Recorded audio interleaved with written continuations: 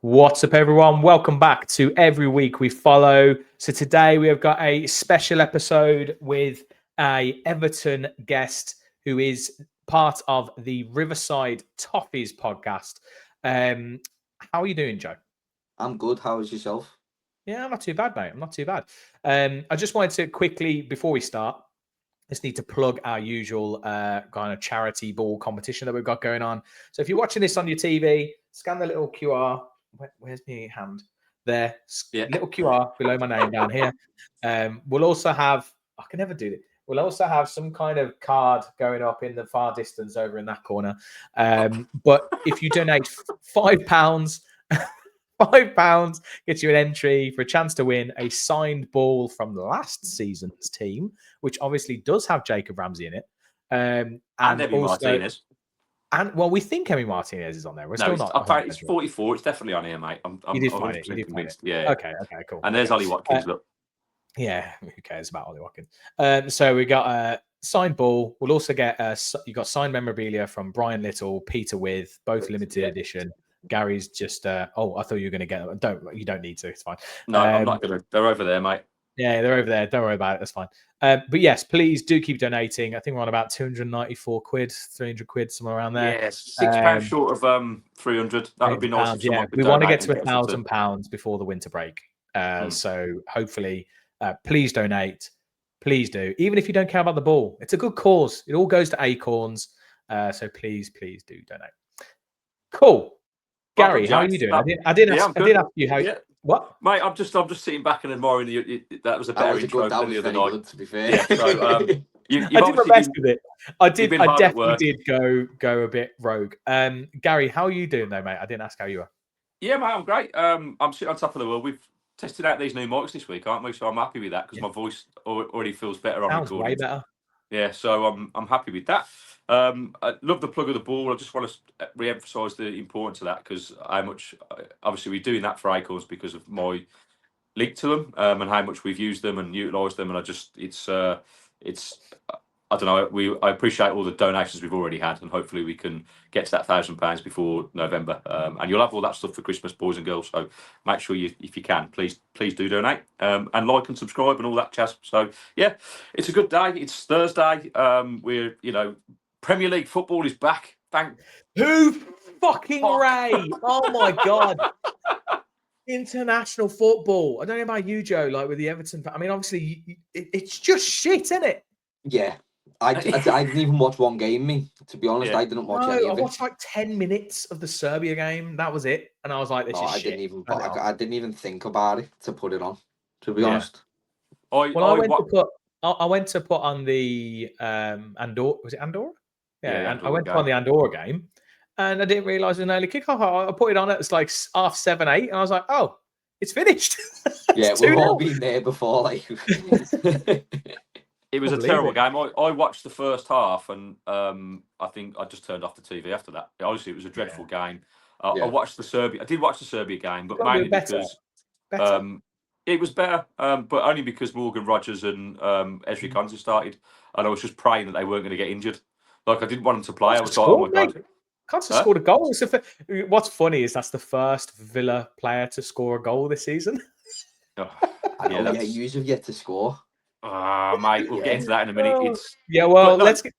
Go on. I would say Rogers and Konsa were superb for England. Like they were. I just hope that's not a case of they're surrounded by slightly better players, so therefore we're able to perform. Rogers played his preferred position, and I mean to be fair, first 20 minutes of that Serbia game, Rogers was honestly shocking. I don't think he touched the ball. He miscontrolled it twice. Then after 20 minutes, he just, I don't know, something clicked and he had one great turn where he played in Madueke, and after that he was unplayable. Yeah, and he had a little flick for Madueke's goal as well. Yeah, that was unreal. Yeah, nice. Anyway, but here we go. Anyway, Premier League's back, baby. Come on, let's discuss. So Everton, is it still the most played fixture in English football, or has that been dethroned since we got relegated? Or it might be. I don't think it would have changed. I think I remember seeing it like 2 seasons ago.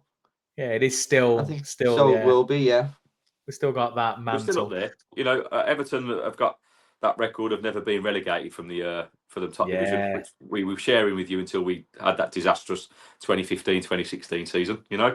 And to be fair, like, you've come close. You've dodged your death, haven't you, Joe? To be fair, last couple of seasons. Yeah, a good few times. Times. To be honest, I think the reason we never went down is because we had like that one player, two players in the team that literally just kept us going, where the rest were just absolute just dribble. Do you know what I mean? Just terrible. That's the best way of describing it, really. Yeah. It's a very simple way. But I think, but I mean, things are looking up now. David Moyes, obviously, you got the mighty Jack Grealish as well in your squad this season. So I think you're looking a bit more positive this season, right? Yeah, I think this is the first time that like an international break's finished. I'm like, Prem's back. Get me in the stadium. Do you know what I mean? It's the first time in a while, and it's like I just cannot wait to see Jack Grealish, Dewsbury Hall, and NJ play again. Them three together are just dangerous, man. They're so good. You just spoke about. You just mentioned the stadium. How's the new stadium been? You've been to the new stadium, I'm presuming? Yeah. So I've got a season ticket in the new stadium, but I didn't go to any of the friendlies, any of the test matches, or nothing like that. I went the first day. It was my mate's christening, the baby's christening as well, the same day. Who would do the podcast with? So we had to miss it, the first one. Because of the christening, wounded. Like, I know. That's better that I missed Villa's opening game because I went to go and see Mariah Carey. Did really? So let's not forget it. It wasn't just Mariah Carey. He also went to see Michael Bublé. Michael Bublé as well. So it was amazing. I spent full quality days with my wife, but Villa had been away for like 4 seasons in a row on the opening day. And I took a punt and thought we were bound to be away again. Yeah. And of course, fucking opening day of the season, we were at home to Newcastle. So I was just like, it was dreadful anyway. It was a dreadful game. It was a dreadful I watched that game. I remember. That was a poor game. Yeah, we were really bad as well. But yeah. So sorry. Have you haven't been to the new stadium yet, or you have? No, sorry. So I've been. I went. I didn't know what to expect. I think where I stand is the safe standing section. So our stand was really good. It was essentially like the Gladys Street of Goodison Park. Yeah. It was good there, but it still felt almost as if no one felt at home. I think that's how I felt. It felt weird. On my way, I went past Goodison on my way to the new stadium, and I was it's weird, man. It's weird. It's a boss-looking stadium. It's very loud when you're in there, and it takes time to move from one to the other, though. What was it? I don't know all the background. Like, why did Everton? Did they just do it so they could generate more revenues? And they couldn't extend. I think it was one of them. Everyone we couldn't renovate ours. We couldn't renovate Goodison or anything. I believe that's why, because we couldn't expand it. Move to a new stadium. It's going to bring more money in. There's going to be it's going to be like Tottenham Stadium. There'll be all events on, things like that in there. Probably box, all sorts, maybe. And that's going to be more money coming in. Would have been a commercial move as well as the club. They just needed, if they wanted to kind of take the next steps and try and get back into Europe and all those types of things. Do you know what I mean? Yeah. I don't know about you, Joe. I just felt like, with the character that Goodison Park has. I mean, we said just off air that Villa Park and Goodison Park are probably two of the oldest stadiums in English football, and I don't know. I get all the revenue stuff, and it's all about the money, and every club needs that now to try and compete, I guess. But I mean, I don't know. As a football fan, like, it just feels like it sucks the tribalism and it sucks the traditional out of the game, and I'm not for it, man. Like, I don't know, and the name baffles me. The name is so bad. Stadium. The name's the worst thing I've ever heard. Yeah. Like you said, it literally sounds like a bargain hunt stadium. That's what it sounds terrible. David Dickinson Stadium is what it sounds like. When it came out, when it came out on Twitter, I hadn't really heard anything before it about like a name or any leaks of anything like that. I think it just came out saying we've announced a new sponsorship with Hill Dickinson, and it was like a mock-up of Hill Dickinson on the start of the stadium, and everyone lost their head. Like I did myself. It was not a good. I think I made a a not so nice video about that. Like about that. I mean, it's a strange one, right? Because you think that, I mean, having been to Liverpool a couple of times and to Goodison, mate, and really enjoyed the city, the people, like great time, and how passionate like you guys are about football, whether you're a Liverpool or an Everton fan. It's just, you know, the city just is a buzz about it, isn't it? Like it feels like you're on holiday. That's it. Yeah. Like it's just it's immense. Like I don't know why, you know, in that. There's an opportunity there to kind of, I don't know, include the fans in that. Do you know what I mean? Like, would you want to keep the name Goodison, or at least all it is it's like a cop-out name, isn't it? Because it sounds like you said to me it's named after a law firm or whatever, whoever's been responsible for sponsoring the stadium, and that is like, I mean, it's so impersonal. Do you know what I mean? Like, I don't know, but yeah, I guess you can't really do a lot about it, can you? Yeah, no, not really. I mean, so us lot, so like all Everton fans in Liverpool will call it Bramley Moor. Probably. Oh, okay. Because it's on Bramley Moor. It's like the docks, so Bramley Moor Yeah. docks. So we were calling it Bramley Moor before That makes more sense. Right came out. So we all just thought it's going to be the Bramley Moor Stadium or something. And then it just came out saying it's the Hill Dickinson. We were all like, what? And then people were saying, don't know why you bothered anyway, because you're just going to call it Bramley Moor. Which everyone has, like, I don't think I've heard anyone say. I suppose that's the beauty of it, right? Like, you can still call it the Bramley Moor Stadium, but the club gets the money they needs from the sponsorship. So everyone's it's happy. Just like, do you know, when it's on Match of the Day and they say now it's over to the Hill Dickinson Stadium. No, I'm good. Go away. Don't watch. I think the reason why it pisses me off so much is just the fact that it just shows that disconnect between fan and ultimately the higher echelons of the clubs. Forget not just Everton, but throughout the Premier League. Do you know what I mean? Actually, as much as we are, you know, the bread and butter of it. Like, I don't know about you, but when you go to a stadium like that, and it's happened at Villa Park in the last 2 seasons, mainly because we've had European football, but it's like there's that push for this corporate kind of, you know, way, and I don't know, for me as a working class kid, football was always an affordable thing. That's why, you know, most of us fell in love with it, right? You can just I used to be able to turn up at Villa Park and get a ticket, and now you kind of, you know, there's 30,000 people waiting to get in, and they're charging you £100 a game, and you go, hang on a minute, that's not that. You know, you're outpricing people, and I don't want to see football go that way. You know, that's my opinion. Yeah, like I think I've said it before. I mean, personally, I think it's. I don't want to be a downer. I think it's inevitable. I think it's going to happen. There'll be the whole dynamic demand pricing. There'll be all this stuff. You'll be really exclusive. You won't be able to afford it. And so I think most people will they'll have their team that they support and they watch on TV and they go to the game when they can. And then you'll have you'll be probably following like one of your local lower league clubs or something and going to those games if you want to get your football fix. It's also, I think it's inevitable that, especially with a lot of the ownerships all being like American and stuff now, that a lot of the games will probably go abroad. Like, they won't be at these home. I think there's been some small starts of that, hasn't there? Yeah. Isn't we one of the Spanish teams? Yes, they're playing the States, were they? I think. I can't remember what game it was, but I remember seeing that one of the Spanish games was being held in America. It's all getting worse and worse. Sorry, they spoke about on the overlap, didn't they? Yeah, they did. Yeah. So, and Jamie Carragher was basically saying that because the Premier League have said that's absolutely not happening, right? But we all know that if the money's right, then that will absolutely happen. But they'll make the Super League, won't they? Where they'll do it. Well, but Carragher's basically, you know, there's got to be a bit of pullback on it a little bit, because the La Liga and I think Italy are going to play like the Serie A are going to play games in Australia potentially, or something like that. Like, that's what. And they don't have in Italy though and stuff. If I'm right, maybe it's just in Spain. I know that like so my wife's dad father-in-law. I don't know why I said wife dad.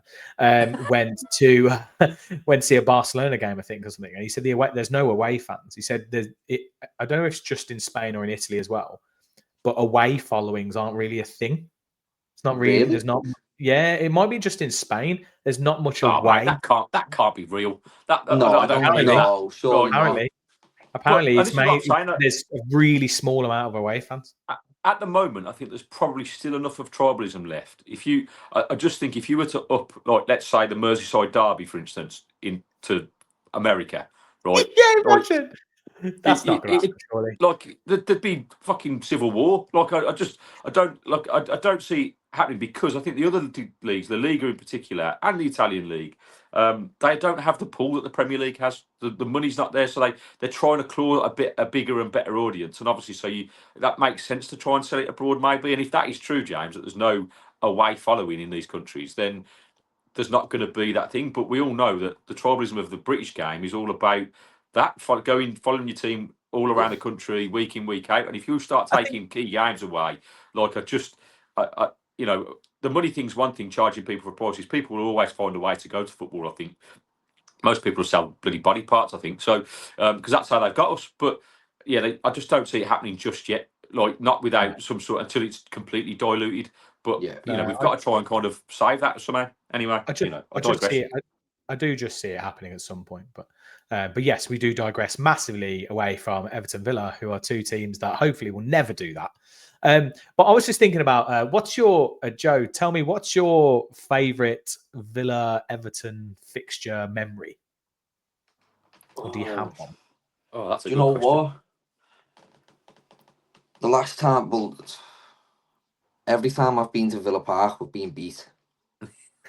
That's a fact. You know that, and to be honest, they're the most recent ones from when I've been gone. We've been beat by you a while. I'm trying to think of one, the last few ones where we've done remotely okay. Yeah. You beat us in 2023 at Villa Park. It was in the League Cup, though. That, to be fair, League Cup. I've been to Villa Park a few times, because you don't sell ale in the upper stand in your way. And every time I go, my ticket's always in that upper, and I can never get a pint every time, just to rub salt in the wounds. I'm telling you. Trust me, the concourse at Villa Park is shocking. Yeah, I haven't been now for a little bit, but you did the double over us 15-16 season. You beat us 4-0. Have you? And how long were you using the championship for? From 3 seasons. It was that season, wasn't it? Was it that season? 2016 we went down. Yeah, 2015-16 we got relegated. And then we came back 2019, didn't we? Yeah, and we beat you 2-0 in that season. But you beat us 4-0 and 3-1. 4-0 at Goodison and 3-1 at Villa Park. But you haven't had a win for a long time. Yeah, that's what I mean. So because I started going the game, do you know what? I had a season ticket the season before that, and then I didn't get another one then until the season after that, I think it was. Yeah. And then I've been going since then. But my favourite fixture, I obviously it was away at Goodison, so I didn't go anyway. But it always lives long in the memory. Was that 3-2 win at Everton in 2008? Yeah. Ashley Young. Julian Lescott thought thought he got you the point. 90th minute, and then I just remember. Was it an overhead kick? Julian Lescott scores an overhead kick. Yeah, it was some mental. I've actually watched that game that you're talking about. Yeah, it was a mental goal, and then Ashley Young goes up the other end, gets through, and I literally Julian Lescott's face. Oh my god, he's literally like what the fuck is happening? Wasn't it an under-hit back pass or something from Lescott where Ashley Young just kind of runs in ghostly behind? No, I think Gabby played him in or something. I think I remember going from the kickoff, and he just went bang, bang, bang, and Ashley was in, and we were like, "What the hell?" He just scored. I just remember going late settling. Yeah, I remember going mental. I was like, "What?" Brad Fiedel celebrating like an absolute buffoon. Yeah, those were the glory days, mate. Almost for us. Gary, you have any favourite memories of Villa Everton fixtures? Well, I've got to say that was up there, mate. But I've got to go back to Villa Park last season. John Duran's winning goal 3-2, like that. Oh yeah, man. I don't think I've seen a strike like it. Like it was pretty even game, and I think we'd all settled for a point, and then he just pops up and smashes one in from 40 yards, and it's like it's pinging the top corner. And I think that was quite early on in the season, weren't it? Yeah, it was, and it was. I think what I loved about it was the goal. Like, and when I saw the replay when I got home, like it's Pickford's dive. It's a full stretch dive, and it's right in the stanchion. Like it doesn't. 2 keepers ain't saving it, and that's a way to win a game. So I think, that game you talked about was in my memory. I was I love that game, but that moment last season for me.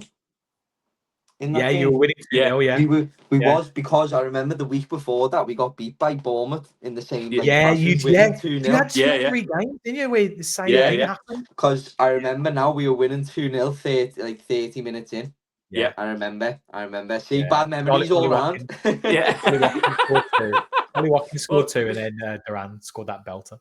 And this is why I sit so nervously now coming into after this international break, mate, because having watched your first few games, I think the Everton have looked really, really good. I think there's a cohesion there that hasn't been there. You mentioned the 3 before with Grealish, Dewsbury Hall, and Dye. Like there's chemistry there, man. Like honestly, and Jack looks like he's got a new lease of life, which we all knew he would get once he got out of the clutches of Pep Guardiola. Who, by the way, should have his coaching badges ripped from him for destroying one of the world's best footballers, if I'm honest, right? Because I think if Grealish had gone anywhere else in the world and been a main man, he would be a world class footballer. I think he's that good, you know. And I know he's just turned 30, so age is getting to him. But honestly, mate, if he plays like that for the remainder of the season, he's going to cause teams damage. And obviously, he's got that impetus, against us now, like boyhood club.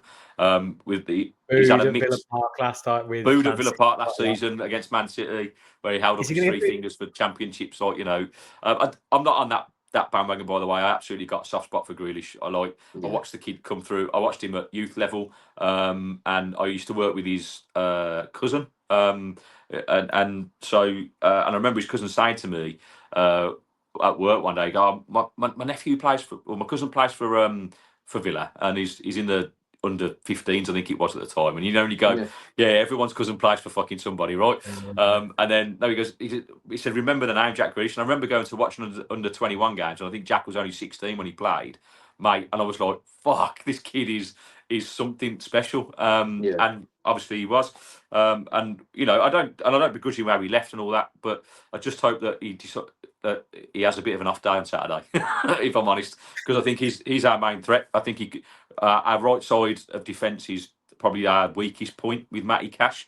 It's already been exposed twice by both Newcastle and Crystal Palace at home, and Brentford away, really. But so I'm nervous about this game. I'm not going to lie. But also, we've had all this transfer saga business clouding us with Martinez and not to mention the sale of Jacob Ramsey. That's obviously pissed the players off in the dressing room. And if you look at our first 3 performances, it's clearly affected them.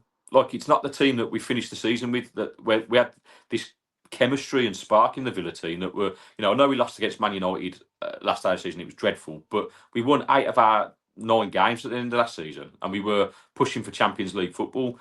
And the first 3 of this season, we look like we've never played football together. Like we look absolutely like just disjointed. Players not moving for each other, running for each other, working hard for each other. The basics, really. So I'm hoping that international footballers let the dust settle a little bit. I don't think Martinez will play on Saturday, if I'm honest. I think that might be too raw straight away. But other than that, I think we'll with the new signings, we've got Harvey Elliott, hopefully, who wants to come and crap on you at the Hill Dickinson for his Liverpool connection. He probably will. No, that's the worst thing about it. He most likely will. It always happens. Every time. It's like, remember, what's his name? Josh King. Yes. Who left us? He left us and then scored an hat-trick against us the first time he played us. After doing absolutely terrible at us, he was awful. Yeah. So probably, if you gamble on men, I'd put a bet on him to score. Like, yeah. So who do we? I mean, we'll get on to like your starting 11 in a sec, Joe. But who do we need to be looking out for, and what are Everton going to do? What do Villa need to be watching out for against Everton? So,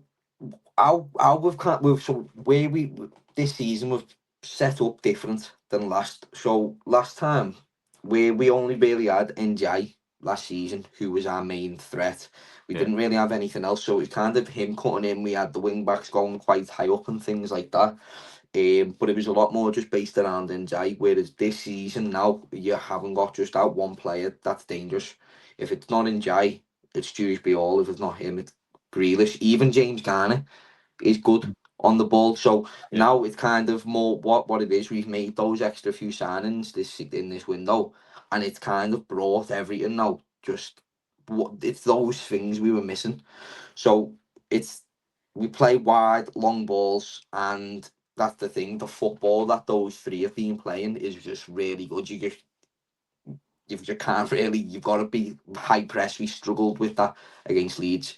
They were really pressing, and we couldn't kind of do what we wanted. And then that's the first game we lost. We've won the 2 after, but it hasn't really been like pressing football like that. So it looked like we kind of struggled under the pressure. But Ellen Road away on the first day of the season, not an easy feat for anyone. So yeah, I think I forgot Idrissa Gueye at your place still as well. Isn't he? He's like freaking hell. Yeah. Jeez, it's like a old Villa reunion. Him, Grealish, Yeah. and then, but the I always worry about like big strikers, and like I've always thought Beto looks like quite raw, but looks like there's something there. There's something there. He's so annoying because one day, right, you look at him and you're like, do you know what? There's defo a striker in there. Yeah. There's a striker somewhere in there. And then he plays the next time, and it's just like he's playing with like wooden planks for legs. The ball just bounces off him. Seriously, like it's proper frustrating because he makes these good runs, right? And one game he'll be making them perfect, running in behind the defence and that. And then the next game, every single one of them he does is offside and nothing works for him. Do you know what I mean? Mate, we know what it's like to have a frustrating striker. Yeah, it's just, don't get me wrong, he's better than Calvert-Lewin still. I'll still stand by that. Yeah, fair play. Yeah. Still stand by that. Yeah. Well, mate, I was almost terrified in the transfer window when we were linked with Calvert-Lewin. I was like, the guy's made of glass. Like, he's not been fit for what feels like about 4 seasons. Yeah. I'm not saying there's not a striker in Calvert-Lewin, but when he plays such little football, I thought that's not Villa's answer. We need someone who's clinical. Like I'm Ollie Watkins' biggest critic, and I get loads of shit on here because obviously he's put up massive numbers for us in the last 3 seasons. And he scored against you guys last season as well, and he was like a massive release because he hadn't scored for a few games, and when he scored, like the celebration was awesome. And I was there, and I'll always stand by his work rate and his effort and all that kind of stuff and what he brings to the team. And he'll stretch defenders and he'll run in and he'll try various runs in behind and whatnot. And he's a handful. He can be a handful, but he's not clinical. And that is our biggest downfall. I know stats are wild, and I've mentioned this a few times, but he missed 33 big chances last season. Like, and we're talking 33 one-on-ones that, and our goal difference was shocking. And even if he converts half of those, it's a different kettle of fish. Do you know what I mean? And maybe I'm being hypercritical, but in key moments in games, it's cost us. And that is, you need your striker to have that one chance and score. Against Crystal Palace, he had a brilliant chance and misses it. And I'm not saying we would have gone and won that game because we weren't very good throughout the team, but goals do change games. And at 1-1 at half time, maybe it's a different kettle of fish. And I'm concerned for this game is just that you mentioned there about you'd struggle with the high press. And unless Villa have a massive turnaround, which I don't see happening straight away, because I think it's going to take time to bed Harvey Elliott in, Sancho and Lindelof, is that in the first 3 games, we've struggled with looking like a team. And if we're going to go for the high press, everyone's got to do it. And I just worry that you'll get through that too easy for us, and you'll have some joy. And then I've no doubt that Watkins will be a handful. He's been a handful for Everton over the last three or four fixtures that we've played at Goodison and now the Hill Dickinson Stadium. So I've no doubt that he'll be one of our biggest threats to you. And I don't know. I worry that we're going to see that again. Another missed chance.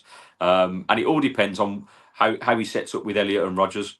Because Rodgers for England in midweek, honestly, that's the best I've seen him play in 6 months. Like he's just been completely off it. But that's the key there, that partnership between Watkins and Rodgers. It worked last season against you guys. It was a Rodgers through ball that put Watkins in to score. And if we can get on that, then that's our biggest threat, I think. But it's all about what Villa turn up, because if it's the team that's played in the first 3 fixtures, mate, I think you'll win this game comfortably. But if we can get back to something reminiscent of the end of last season, then we are a good side and we've got good players in our team that can cause you damage. But we're missing the basics at the moment, and it really, really concerns me. Yeah. So that's the thing. You do definitely use a quality team. That's the thing, and having what 1 point as if from your first 3 isn't how I thought your season had started. I think where you say we could, if you tear up like that, we could win comfortably. The only way I disagree is because you still do have that quality. And do you know our back four? It's just it looked very shaky. We haven't had Jared Brandwaite there. Yeah. And we also had Michalenko injured as well, which I believe he's still doubtful for this game, which not ideal. Then you're gonna have like James Garner slotting in at left back. He's right-footed. You have Michael Keane and Tarkowski, who are in a partnership that have really played together a lot because it's been Brandwaite and Tarkowski, and it just looks like they look proper shaky. So in that Leeds game, it was like small, simple passes just not getting made. It was the same again. He made the small things at Brighton where he's like misjudging the bounce, which is Tarkowski I'm talking about. Yeah. Just small things like that, which is almost it's leading to good chances. Though they hit the bar off one, Brighton when we played them. So the back line just looks shaky, really, really shaky. So it's kind of where you're saying if Watkins can get that chance, he will. I think probably get the chance. Yeah. Yeah, it'll be remember, interesting. we haven't scored yet. We're still yet to score. Yeah, we will score against us. I feel like if we do score, a little bit of a floodgate will open. The floodgate will open. Yeah, that's the hope. But let's get on to. We've been talking about the teams a little bit, so let's get on to our predictions. So the first predictions are actually around. Well, they're not really predictions. They're just like what our starting 11 would be, or what we think our starting 11 should be. So, Joe, if you want to just quickly take us through this and the kind of the main points of this starting 11. Yeah. So obviously we have Jordan Pickford in goal. We have Jake O'Brien at right back. Michael Keane and Tarkowski, 2 centre backs. I think Brandwaite is back in training. Okay. But I can't see him starting. I think if anything, he'll come on off the bench, get him some minutes before the derby. And Michalenko is a doubt as well, I believe. I think he got sent home from. Don't confirm me on this, but I'm pretty sure he got sent home with an injury. Don't worry, they'll probably let you know down in the comments, mate. So don't worry. Yeah, probably. I'm sure he did, but I know for a fact he's doubtful anyway. And then we'd have Idrissa Gana-Gueye and James Garner in the midfield. James Garner's been unbelievable this season. Really, really good. So is Idrissa Gueye as always. Obviously, the main front three there. Njai, Dewsbury, Hall and Grealish. That is just the 3 threats of the team. Dangerous. And I'd go with Beto over Tierney Barry. I just don't think he's ready. He looks very raw. And I know Thierry Henry was saying he looked like a solid player, but he knows more than me, to be fair. But I didn't like what I was watching at this stage. I think Beto was the better fit. Yeah, but the thing, I love that opinion, Joe, because at the end of the day, this is what we're here for as fans, right? And it's part of why we're doing this analysis stuff, that we see things differently to what the pundits see. Yeah. And I know they have a professional opinion because they played in the game, but I don't. These like Thierry Henry is obviously one of the most respected players and pundits in world football, but they don't watch our teams week in, week out, right? So you kind of you see these little things and are able to kind of I don't know, give a bit of an insight into it. So I value that massively. Quick question. Well, 2 questions. One is, being the home team and the way that you play, will you come at us or will you sit and look to counter? Yeah, good question. To be honest, I think I don't think we'll sit back and kind of invite you. Our midfield is very kind of try and box you in. I almost feel they do try and put a bit of pressure on you. Yeah. If we do win the ball back, we are kind of pushing up the field quite quickly. We're playing very direct. Instead of kind of trying to have a slow build up, it's been quite direct. It's been long balls. With us being at home, we have quite a wide pitch, and it's almost like Njai is like stretching everybody out to the right, and Grealish is stretching everybody out to the left, and Dewsbury all sitting in the middle. Yeah. And it's just long balls from the centre backs, which have actually been very good. I normally hate a long ball. Done me head in under dice, but it when they're not predictable, and they're not very predictable, the working, the great long balls going, and it's stretching everybody out. And then where I say about those 3 being so dangerous, they're all kind of coming inside and they're passing it on to each other. There's loads going on around the opposition. It'd be interesting because we basically struggled where teams have just been playing like just a low block sitting on us, and we just can't break them down. We had a bit more joy against Newcastle when Newcastle where sorry, thank you. Palace, we got a bit more success when Wharton got injured. And then we managed to get some gaps in the midfield and we managed to break through. Against Newcastle, when Ezri Konsa got sent off, they came at us and we were able to get out again. And we actually had a little bit of a success with 10 men. Brentford, we had 76% of possession of the ball. We just couldn't get through their back line. So it encourages me a little that you're saying that you will come out on us and you won't just sit, because hopefully that will give us that space in behind. The thing that I don't like is you're talking about the long balls. The amount of times we have just been done by a very simple, straight, long ball down the middle of our defense is unbelievable. It happens time and time again, usually with Pau Torres in the back four. So I think part of it will be whether Pau Torres... blood boil, you mentioned his name. Oh, my God. Well, just on that, while we're talking about that then, I'm going to quickly nip over to... there was going to be a second question, but I'm not sure we'll have time. Basically, I was going to ask about Pickford. Pickford has been at Everton for as long as I can bloody think, right? And I'm just amazed. No, there's never any discussion or never any noise about him going anywhere. He was England's number one for so long. Like now he's kind of fighting it out with, Pope and Henderson and all these other keepers. But like, I just find it incredible that he's never got... He's also, by the way, in my opinion, absolutely bonkers. The guy is like off his rocket. So whether it's to do with that, I don't know. But what's kind of the Everton's faithful's like view on Pickford? Is he like a cult hero? Is he just like... He's an absolute, he's a cult hero. We would have been relegated without him. Yeah. And where you say he's crazy, he is crazy. I think that's why we love him, because half of our fans are crazy as well. Do you know what I mean? Like, if you're, like you say, you're being Goodison, you know what it's like. I think that's why he loves it, because he knows that we're just like him. To be honest, I think I always say Pickford, if he played for one of the top six, he'd be one of the best keepers in the world. Yeah. Plain and simple. I just find it mad. No one's coming. I've never heard anything about. Obviously, I don't follow Everton's transfer. Has there ever been any kind of rumours or? I think years ago there was a talk of not even like a rumor. It was a rumor. That's all there's ever been, I believe. But I think he's just not even open to offers either. Right. No, that's the thing. He's looking at signing another contract. I believe I've been seeing things get reported about Pickford getting another contract as the club want him here till he's done. Basically, he loves us and we love him. I think that's just what. And at this stage in his career, why would you move? Yeah, You are England's number one.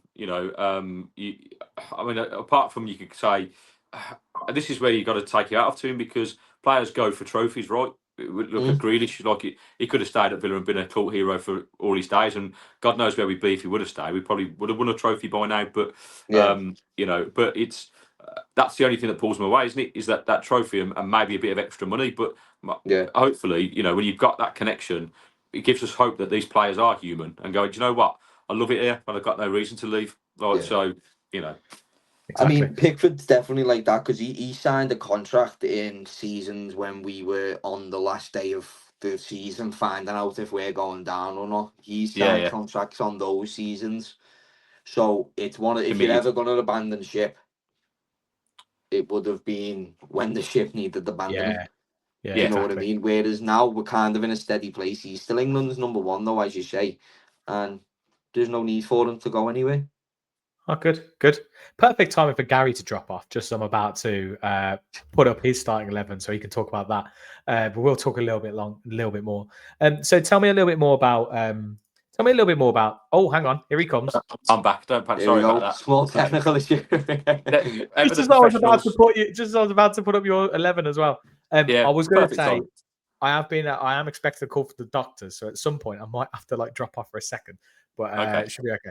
I'm going to put your starting 11 up, Gaz. I'll put myself on mute. So I think for us, this is just my starting 11. I don't think for one second that Emery's probably going to go for this, because I very rarely get it right. I did get it right against the Crystal Palace game, and we lost. However, so don't follow your lineups. Right. However, I will say I don't think it was the lineup. I think it was genuinely our application to the game. The desire and the passion was there, and I'll stick by this formation and these kind. Now I've gone all attacking really, and I don't think he'll do this straight away because Emery historically doesn't go for bedding in players straight away. All of our new signings have all kind of not walked straight into the team, apart from maybe Asensio and Rashford, and that was because they were good enough, I suppose. And we're sitting on the cusp of this one, but I'd love to see Maatsen start at left back, but I think it will be Luca Dean, if I'm honest. But Maatsen for me, if he just brings that pace, and I love him. He's not. He doesn't get the plaudits because I think Dean has been so good for the Villa, right? But actually, I think he's probably slightly better than Digne. He has to work on the defensive qualities a little bit because he's a bit naive in defending. But going forward, he's brilliant. He offers such an outlet down that left hand side. Then Mings and Conjure in the middle is a no brainer for me because Torres is just, again, what you said there, Joe, with long balls over the top. Torres is a liability. He's got no pace, and teams have exposed us against him time and time again. My issue is that Emery loves him, and he's Emery's player. Pau Torres was signed by Emery from Villarreal, and he's got this thing of playing his players. Do you know what I mean? And so, but I hope that Torres is nowhere near the starting 11 for this game. And then Matty Cash on the right. Now, I hope he's fit. I think he is. He got a bit of a knock for Poland. He had a bit of a dead leg, apparently, so I read the other day, but should be okay. But that right-hand side is the side that worries me, with Grealish on the left, because, like I said, Cash positionally, defensively, is not the best either and gets caught out time again. It's happened in every game so far this season. But he should be coming in high on confidence from his international performances, so you never know. And if he can bomb on and actually be a bit more positive, then he can cause you problems too. But it very much feels like Emery tells him not to do that, because I think one of the biggest complaints we have as Villa fans is that Cash will go take the ball forward, but often just cut back and come back and play the possession-based game, and we end up then allowing teams to get into that low block, and then we struggle. So we'll see how that pans out. And then we've got, Boubacar Kamara has been out injured. I think he's back in training now, but I don't think he'll walk straight back into the team. If I'm honest, I think we might see him at some point during the game. So I think he'll go with McGinn and Tielemans in the middle, which I've liked this for the last few games. Both bring energy and quality, particularly Tielemans. He's got the ability to unlock any defence. And then that brings us into that forward four, mate. And this is where we've been lacking in the first three games for me. So I've gone all out attacking here. Like, I want us to go at you and go, right, let's give Sancho a start. Let's give Harvey Elliott a start. And after Rodgers' performance for England on Tuesday, let's get him on the ball, because he's our danger man. If you get him in that position there, just and get him, and we can get through the lines and get through that bit of press, he will cause problems. Whether running with the ball or feeding little passes in, we've seen it with England. And I just hope Watkins can find some form this game. Like I said, we haven't scored. We've had opportunities, and I just think once that first goal happens, maybe it'll open some floodgates. But if Elliott does start, I think he could be. Again, he's so young, right? But that Liverpool connection, obviously, he's probably going to be well up for this game, right? In trying to cause some problems for Everton. Yeah. And again, he's not naturally a wide right player, and obviously he's going to come in. So it's how these guys interact. Now, for me, there's potential chemistry there, because you've got Maatsen and Sancho have played together at Dortmund, right? They know each other's game a little bit. It worked really well for Dortmund, right? Again, it's the Bundesliga, different kettle of fish to the Premier League. And then Harvey Elliott and Morgan Rogers have played together at under 21 level for England and know each other. So if they can kind of sort it out amongst themselves, that front three behind Watkins, then we've got the potential to cause any team troubles. But my worry is that, like I say, they're new players, and it's more likely to probably go with. He could play Cassandre on the left. He could play McGinn out on the left, and Kamara could come in. I don't know if it is and playing centrally. And I would say he could play Daniel Marlon, but Emery, for whatever reason, doesn't seem to want to play Daniel Marlon, and yet there seems to be a player there. We've seen snippets of him, and he's only played minimal minutes, but he's looked a threat. So it's going to be really interesting to see how close I am to this. But like I say, I guessed it last time and we lost. So we'll see what happens. So hopefully you're right again this time. Yeah. Is what I think. Well, But, go on, Joe, sorry. so it's okay. Do you know what is actually kind of worrying me? We're looking at that, the two wingers.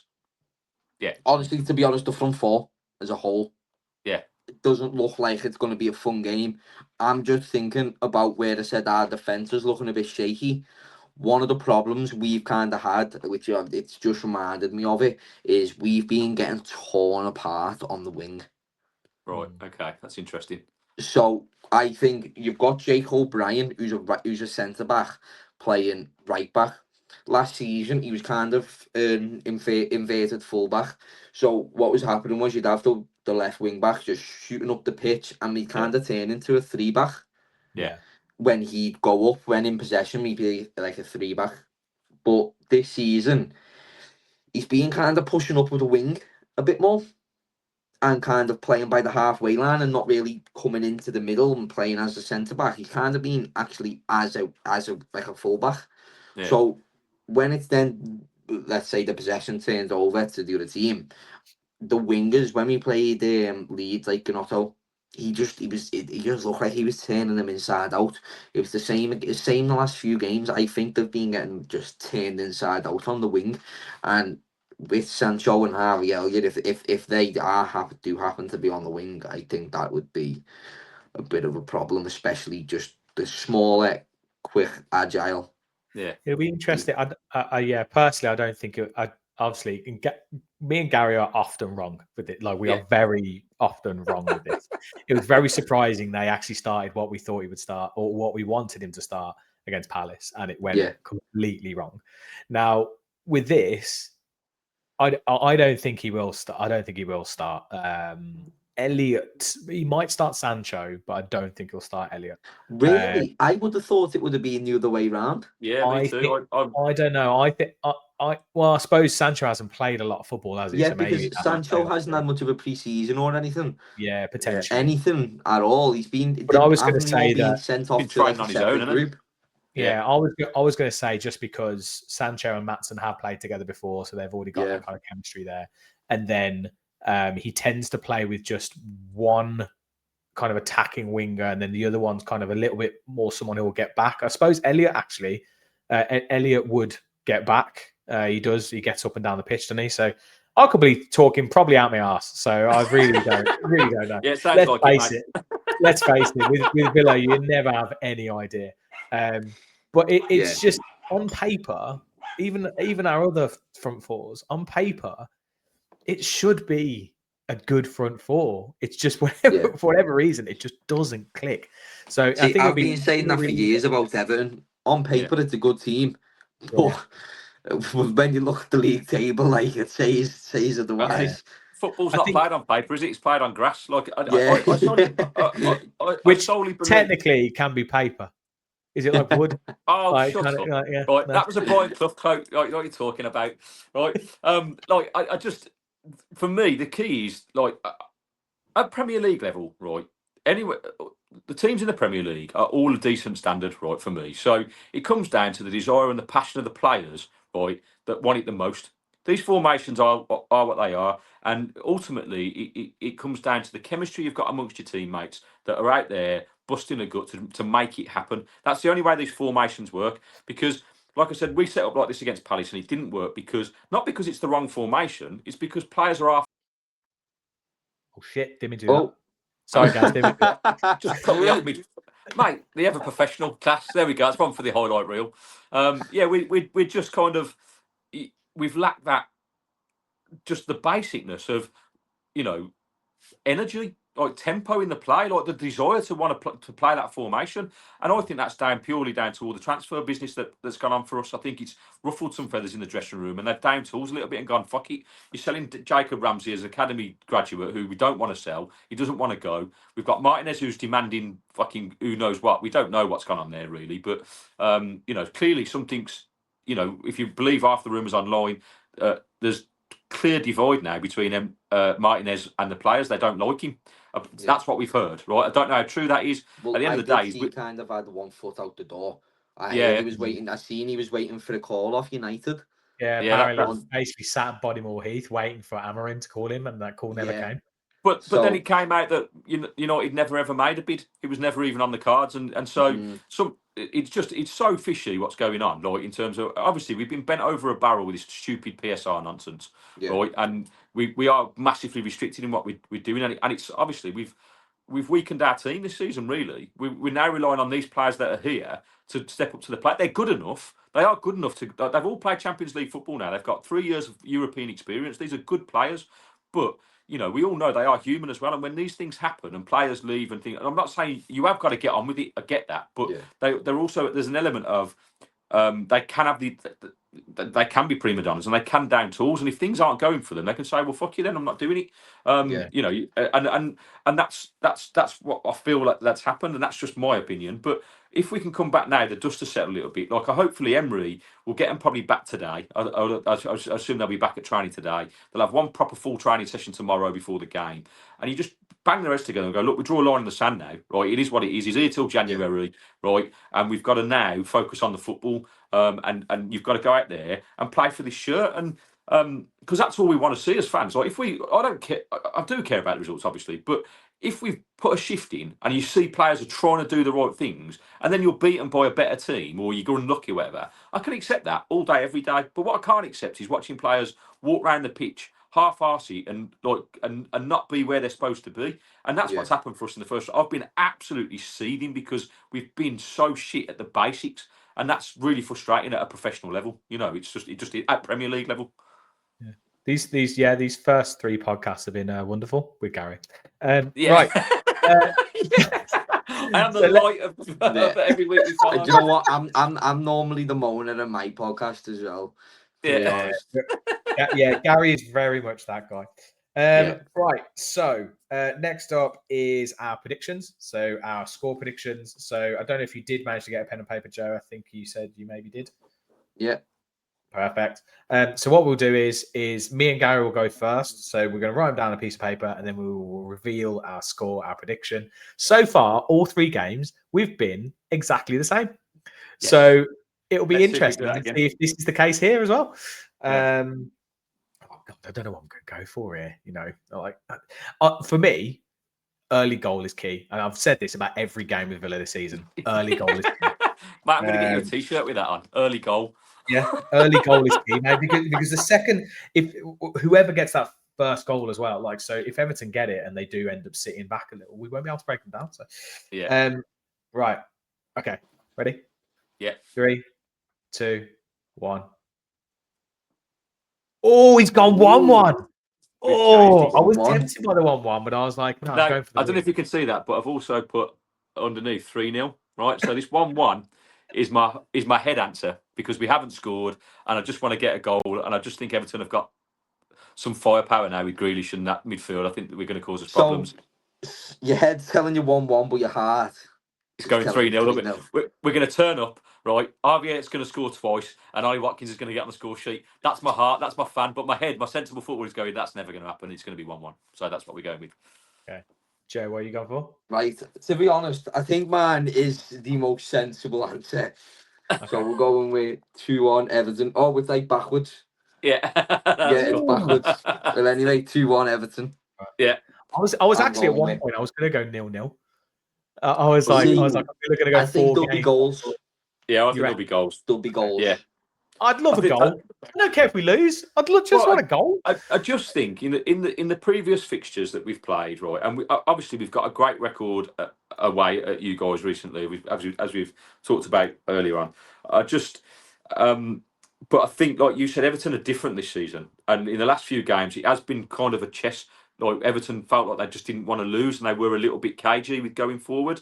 And we drew 0-0 the season before at Goodison, and then we won 1-0 last season. But it was such a tight game; it could have probably gone either way, really. And I just feel with Grealish in your team now, I think and Dewsbury, Hall and Dye, those 3. I think there's an impetus of getting at teams and trying to break them down, which is what you've done really well in the first 3 games. And so we might get a bit of joy. I think there will be goals, but I just hope we don't lose. That's my biggest thing. That's why I went with 1-1 because I think for confidence, if we could easily be this time next week 5 games in with no points because we've got a tricky away fixture at Sunderland next week. Yeah, with a trip to Brentford in between for the Carabao Cup.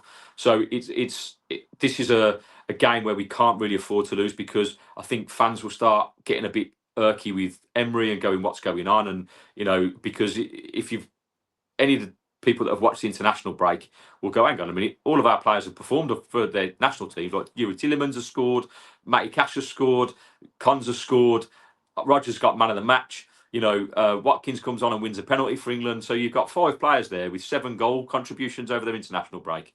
And we've got nothing to show for it. So where really is the issue? It must be.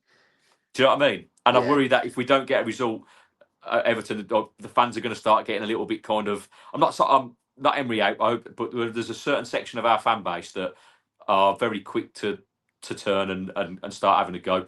So I think it's a bit like ourselves. I think it's the same with all fan bases. There's always of course it is. We've all got that. Football fans nowadays are just like they just want constant improvement and constant success. Like it's just we're a funny bunch, aren't we? Because every fan expects us to win every game. See, I think one thing that maybe, well, I know a few fans will be thinking going into this game against you, we've got Liverpool the week after at Anfield. Yeah. We want 3 points from this game. To go into that game.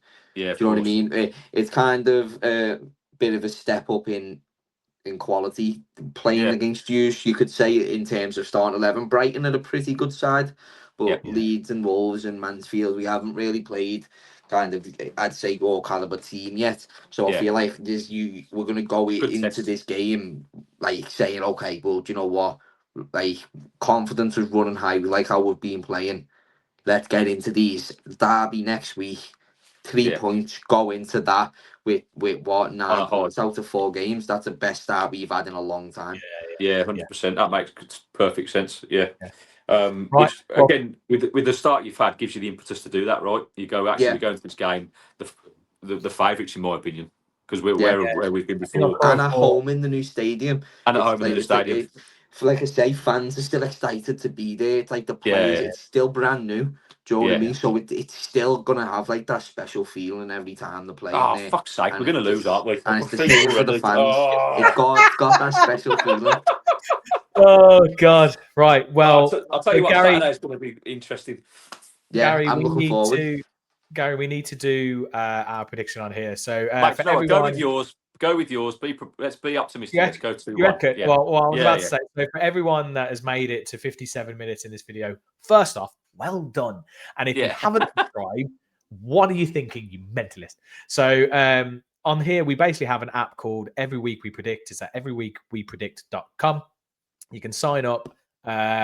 Anyone can sign up, but it is just Villa games. So if you're not a Villa fan, bit weird if you do actually sign up for this. But basically, if you are a Villa fan, then jump on. At the moment, we have one person who has got 1 point, which means that they got the correct result, but not the correct score. Cool. And also, I'm pretty sure that they said it was an error. They actually meant to go the other way. Put it in by mistake. So far, no one's got a single result right. So, Gary, I'm actually thinking about going 1-1 because I think that way, unless Everton win, we win either way. We get a point on here or Villa win. Yeah, okay, mate. That makes sense. Yeah, go on. Go with that. Go with my prediction. I'm going for a 1-1 because in your face on Monday. We keep on going for Villa winning, and it's not working. So, what do we think the first goal minute is going to be? Go on, Joe. You can guess this one for us, mate. First goal minute. First goal minute. Yeah. 23rd. 23rd minute. There we go. Okay, right, like cool. That is locked in. Cool. I want a message off one of you two if that comes in, by the way. Yeah. 100%, mate. Yeah. Because I'll forget about 50, you see. Unfortunately, it's not betting, so there's no odds here or anything. So you don't get any kind of cash winnings for getting that right. But we will tell you. No, but if he's got that right, I'm going to ask him for the lottery numbers. Yeah. I don't know what. I might go and put that on the actual betting app now. Brilliant. Well, thank you. I think that about does this. Thank you so much, Joe, for joining us. It's been Yeah, really Joe, no great thanks, mate. problem. Thank you for having me on. And also, obviously, we will be back on Monday. I think it'll be. We might try and get in on Sunday. Oh, actually, no, I'm away. I'm away, Gary. So Monday, mate. I've got no chat. I am in Mansfield all day on Sunday. Ava's playing in the morning, and then she's got a trial for the county. So I'm out till 7 o'clock. Like so. Okay.